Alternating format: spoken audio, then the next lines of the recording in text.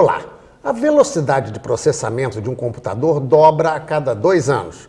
Nas pesquisas em biologia, essas máquinas fazem com que um ano passe apenas em 1 minuto. Tudo bem, calma que eu vou explicar, porque nós não somos computadores, né? Há 20 anos, um gene com cerca de 12 mil bases tinha sua sequência decifrada em 1 ano. Há 3 anos, a mesma tarefa levava 20 minutos e hoje tudo isso é feito, acreditem, em 1 minuto. Isto é pura bioinformática, uma nova disciplina científica que tem raízes nas ciências da computação, na estatística e na biologia molecular. O homem já busca a inteligência artificial e as máquinas nos cercam por todos os lados no nosso dia a dia, criando novos hábitos e costumes. E até novas preocupações, como a exclusão digital.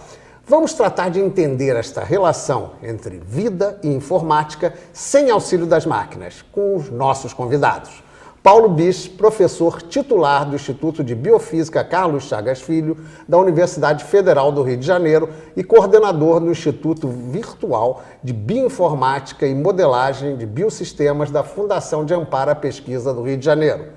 Cláudia Codesso, doutora em Biologia Quantitativa, pesquisadora do Departamento de Computação Científica da Fundação Oswaldo Cruz, a Fiocruz. E Carlos Lucena, professor do Departamento de Informática da Pontifícia Universidade Católica do Rio de Janeiro e membro da Academia Brasileira de Ciências. Paulo, vamos logo começar a tratar da definição. Bioinformática, não faz uma certa confusão, vida com máquina? Porque esse termo, o que é que ele significa, na verdade? Então, a bioinformática nasceu primeiro da necessidade de se ter grandes computadores ou grandes máquinas que pudessem armazenar um incrível número de sequências que estavam sendo sequenciadas dos genes humanos, biológicos, né? Então, esse primeiro papel de armazenamento que se deu ao computador foi muito importante para o desenvolvimento da biologia molecular. Num segundo momento, o computador já começou a servir como uma ferramenta para se pesquisar acerca dessas sequências, né? E num terceiro momento, ele está nos servindo até como ferramenta para tentar fazer um modelamento do sistema biológico.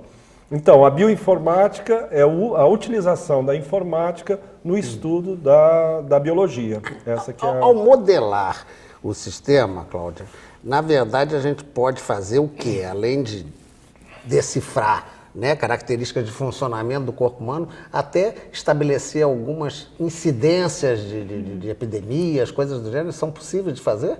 Isso, a ideia é construir dentro do computador, né, organizar dentro do computador as relações que a gente observa no mundo real. É como se a gente simulasse, fizesse um exercício dentro do computador, né, das relações que a gente observa. E isso pode ser usado desde do nível molecular ou do nível celular, de tentar compreender como que os componentes da célula interagem para gerar certas funções, até o nível da ecologia ou da epidemiologia, onde a gente está estudando a interação entre indivíduos e patógenos, e com isso Patógenos, explica para a gente o que é. Patógeno seria um organismo que provoca uma doença. Né? Então, a ideia é de entender como é que esse organismo interage com o ser humano e como, por exemplo, passa de uma pessoa para outra, e com isso tentar entender o processo de espalhamento de doenças e tentar estudar formas de controle também. Carlos, aí a gente está vendo um movimento que é a tentativa de reproduzir. A máquina está reproduzindo coisas da vida. E a gente tenta, às vezes, fazer com que a máquina seja parecida com a gente, né? E aí já entra a questão da inteligência artificial. Esse é um outro ângulo da questão. Os primeiros comentários tiveram a ver com a aplicação da computação ao entendimento da vida humana.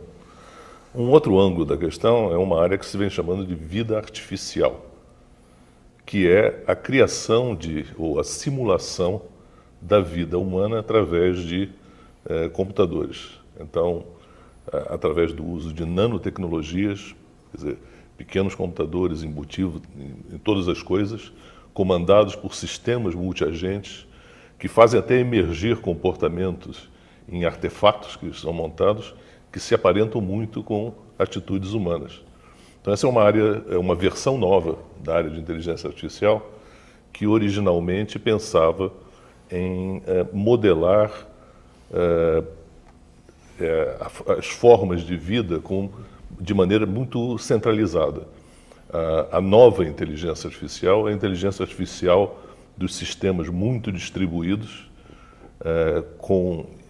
embutidos em todas as partes e comandados por um sistema de multiagentes que se parecem com pequenos vírus de computador, só que trabalhando cooperativamente para resolver um problema interessante. De qualquer maneira, a máquina reproduz, quer dizer, quando você fala em modelar, reproduz a qualidade de funcionamento do organismo. Aí eu perguntaria aqui ao Paulo, como é que já se evoluiu? Quer dizer, óbvio, pela sua própria explicação inicial, foi a ideia de decifrar o genoma que trouxe isso, mas que aplicações outras nós temos na área de bioinformática, além do estudo, propriamente dito, de genes?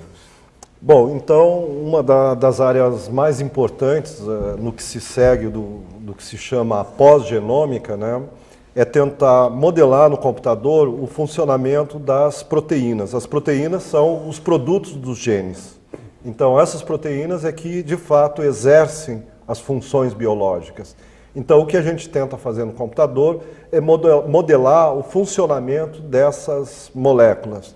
Então, no computador, nós somos capazes, por exemplo, de simular um espaço tridimensional onde essas proteínas, essas moléculas biológicas estão funcionando, e através da realidade virtual que pode ser criada no computador, se verificar exatamente como é que é essa estrutura tridimensional das moléculas biológicas e, com isso, se tentar entender o seu funcionamento e, eventualmente, também, não só o funcionamento normal dela, mas o funcionamento durante uma doença, ou, inclusive, pode-se tentar, com o computador, começar a desenhar moléculas que interagem com ela, que podem ser, potencialmente, por exemplo, fármacos, medicamentos que vão ser úteis.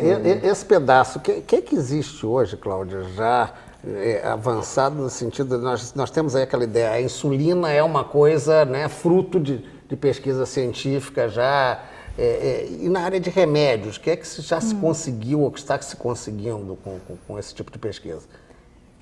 Bem, eu não sei muito bem com relação à própria geração dessas moléculas, em termos de compreensão da função de moléculas, não sei muito bem. O que tem uma área muito interessante acontecendo dentro da parte de farmacocinética, que chamam, o fármaco dinâmica, que é o estudo do comportamento dessas moléculas desses medicamentos dentro do nosso organismo. Então, você, a partir de modelos fisiológicos, você consegue estudar ou prever a forma como determinado fármaco se espalhará pelo corpo, qual o tempo que ele ficará dentro do organismo, tentar ver com que frequência a pessoa tem que tomar aquele medicamento.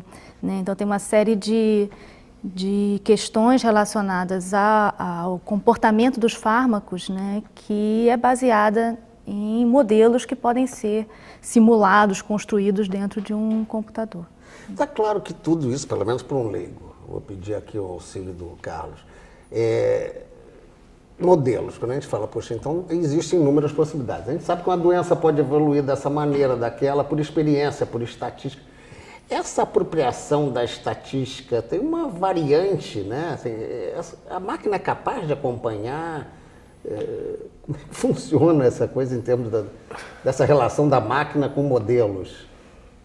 Bom, um requisito fundamental para a representação de modelos matemáticos complexos em computadores é a capacidade computacional disponível.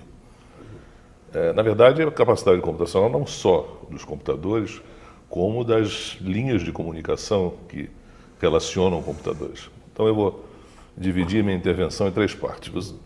Começamos o programa dizendo que a velocidade de computação dobra a cada 2 anos. Eu queria ser um pouco mais geral. Todos os fenômenos na área de computação, tais como barateamento do custo de memória, tal como crescimento da internet, tal como velocidade de banda passante de comunicação, são todos fenômenos exponenciais. E isso vem sendo assim há mais de 50 anos. Então, se nada acontecer diferente, aparentemente não há interferências imagináveis, todos aqueles que têm computadores pessoais terão, daqui a 15 anos, uma máquina que hoje custaria 2 milhões de dólares, com uma capacidade de comunicação de 1 gigabit, ou seja, capacidade de transmitir uma enciclopédia britânica por segundo. Então, essa é a capacidade presumível de um computador pessoal dentro de 15 anos. Então, poder computacional é uma coisa que se desenvolve de uma maneira muito acelerada. Um aspecto interessante e que vem sendo popularizado pela Scientific American, várias revistas de divulgação científica, é o fenômeno que se chama e-science. Como a gente tem e-commerce, e-learning, agora é o e-science. O e-science é a disponibilização de laboratórios virtuais em substituição aos atuais laboratórios físicos que nós temos. Isso depende muito da possibilidade de comunicação e traz oportunidades incalculáveis. Então, voltando à sua pergunta no início, quer dizer, simulações com um grau de realismo incalculável serão possíveis num prazo muito curto de tempo. O problema é nós entendermos os fundamentos disso para podermos tirar partido desse recurso incrível. Ok. Vamos tentar entender melhor esse assunto depois de um pequeno intervalo. Aguardem.